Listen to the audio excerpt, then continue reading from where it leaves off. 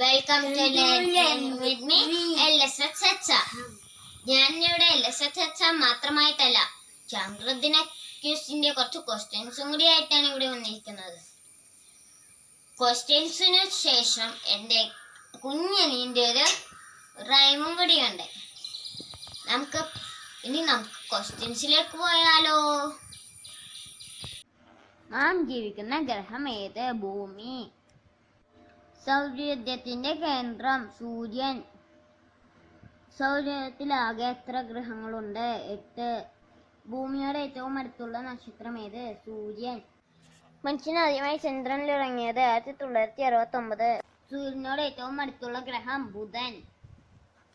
ആദ്യമായി ബഹിരാകാശത്തെത്തിയ ഇന്ത്യൻ വനിത കൽപ്പന ചൗള. ഒരു ഉപഗ്രഹം മാത്രമുള്ള ഗ്രഹം ഭൂമി. ഏറ്റവും തിളക്കമുള്ള ഗ്രഹം ശുക്രൻ. ആകർഷകമായ വലയങ്ങളുള്ള ഗ്രഹം ശനി. സൗരയൂഥത്തിലെ ഏറ്റവും വലിയ ഉപഗ്രഹം ഗാനിമെഡ്. ഭൂമിയോട് ഏറ്റവും അടുത്ത ആകാശഗോളം ചന്ദ്രൻ. ചന്ദ്രനിൽ ദൃശ്യമാകുന്ന ആകാശത്തിന്റെ നിറം കറുപ്പ്. സൗരയൂഥത്തിലെ രണ്ടാമത്തെ വലിയ ഗ്രഹം ശനി. മനുഷ്യൻ ആദ്യമായി ചന്ദ്രനിൽ ഇറങ്ങിയ ഭാഗം പ്രശാന്തിയുടെ സമുദ്രം. ബഹിരാകാശ സഞ്ചാരം നടത്തിയ ആദ്യ ഇന്ത്യൻ രാകേഷ് ശർമ്മ. ഇതുവരെ ആകെ എത്ര പേർ ചന്ദ്രനിൽ ഇറങ്ങിയിട്ടുണ്ട്? 12. ഗ്രഹപാതയിൽ നിന്ന് പുറത്താക്കപ്പെട്ടത് പ്ലൂട്ടോ. ഇന്ത്യയുടെ ആദ്യ കൃത്രിമ ഉപഗ്രഹം ആര്യഭട്ട. ഇന്ത്യയുടെ ആദ്യ ചന്ദ്രദൗത്യം ചന്ദ്രയാൻ 1. എന്റെ കുഞ്ഞിന്റെ ഒരു റൈം കേട്ടാലോ. Come daily soon, moon, moon, moon. Come daily soon, you come at night, give me light.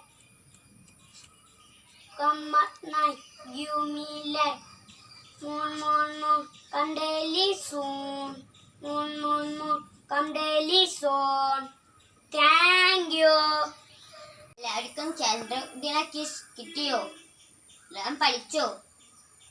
എന്റെ മൂന്നിന്റെ പാട്ട് കേട്ടോ?